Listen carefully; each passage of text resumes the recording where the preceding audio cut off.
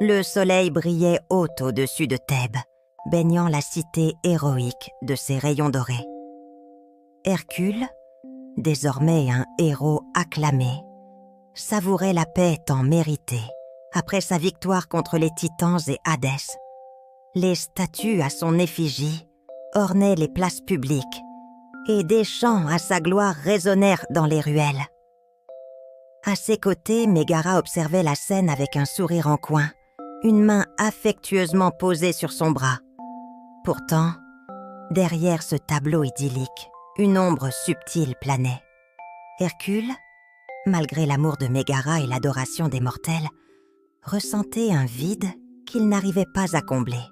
Ce sentiment d'incomplétude grandissait en lui chaque jour, une petite voix lui soufflant qu'il n'était ni entièrement Dieu, ni tout à fait humain. Le soir venu, une grande fête fut organisée en l'honneur de leurs exploits passés. Les rires fusaient, le vin coulait à flots, et Philoctète, leur éternel mentor, ne manquait pas de raconter pour la 100e fois comment il avait créé Hercule.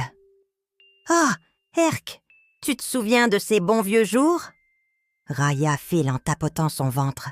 « Je t'ai transformé de zéro à héros, et regarde-toi maintenant, un vrai dieu parmi les hommes. » Hercule sourit, mais ses pensées étaient ailleurs. Soudain, l'ambiance se refroidit. Le ciel, dégagé jusque-là, se couvrit de nuages sombres et épais. Une étrange brume noire s'infiltra parmi la foule.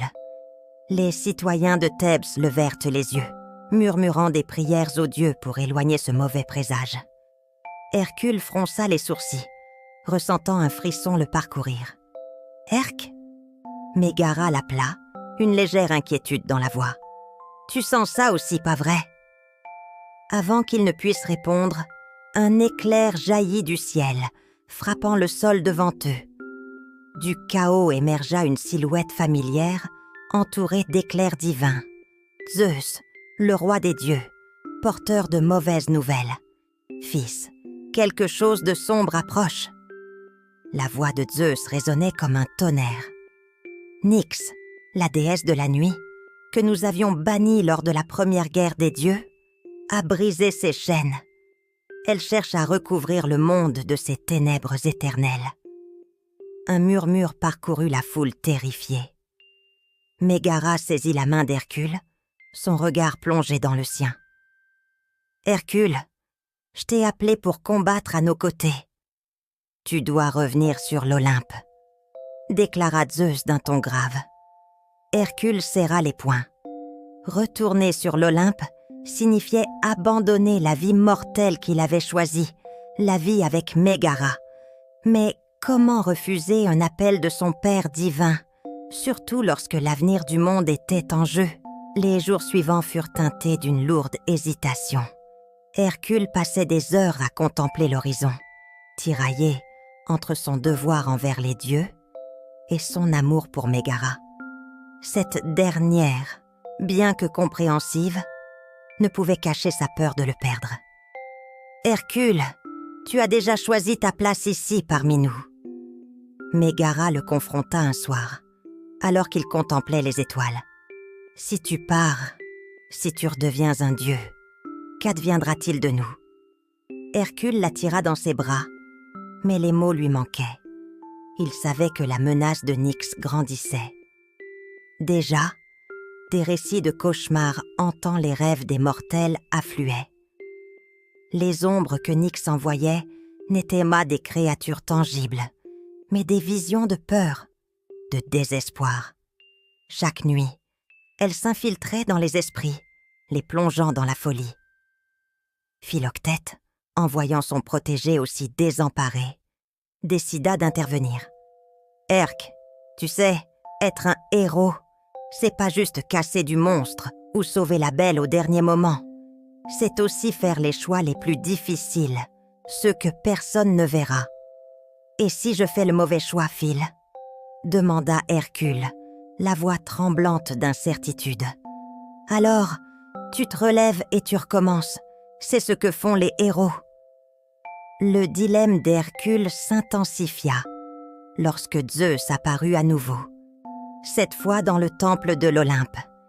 Il révéla à Hercule l'existence d'une ancienne arme divine, cachée dans le Tartare, capable de dissiper les ténèbres de Nyx.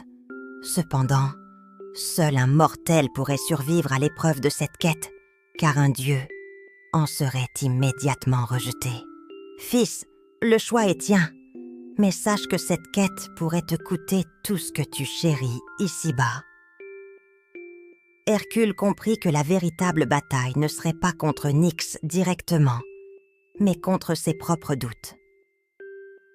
Il décida d'entreprendre le voyage vers le Tartare, accompagné de Mégara et Philoctète. Ensemble, ils traversèrent des paysages mythologiques jamais explorés. Des contrées glacées des Hyperboréens aux forêts hantées des Amazones, chaque étape rapprochait Hercule de son objectif, mais aussi de la réalisation que sa force physique seule ne suffirait pas. Au cours de leur périple, ils rencontrèrent Théris, la déesse de la discorde, qui tenta de semer la zizanie entre Hercule et Mégara. Elle leur murmura des vérités cruelles sur la fragilité de l'amour mortel, sur la futilité de leurs efforts. Mais leur lien, forgé dans des épreuves passées, résista aux manipulations de la déesse. Arrivés enfin au Tartare, Hercule dut affronter sa propre ombre, une manifestation de ses peurs les plus profondes. Cette épreuve était plus mentale que physique.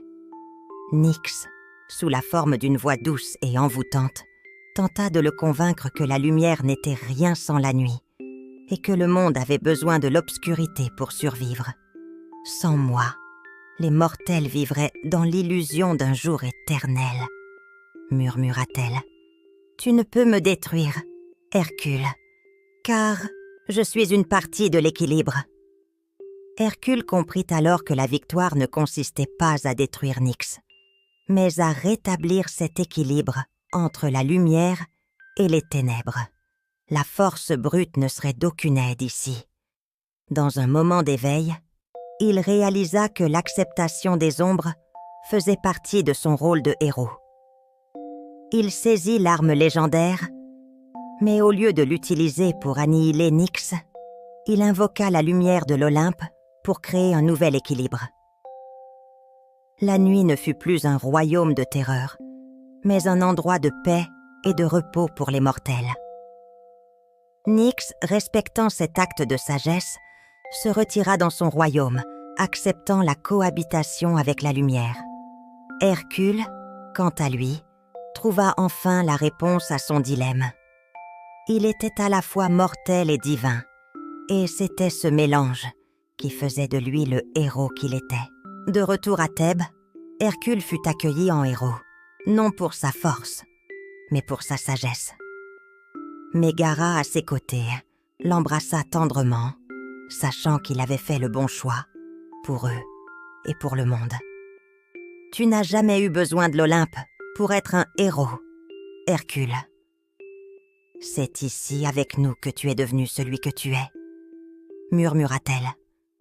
Hercule sourit, apaisé. Il avait enfin trouvé sa place, pas sur l'Olympe, ni seulement parmi les mortels, mais entre les deux mondes, où la lumière et l'ombre coexistaient en harmonie.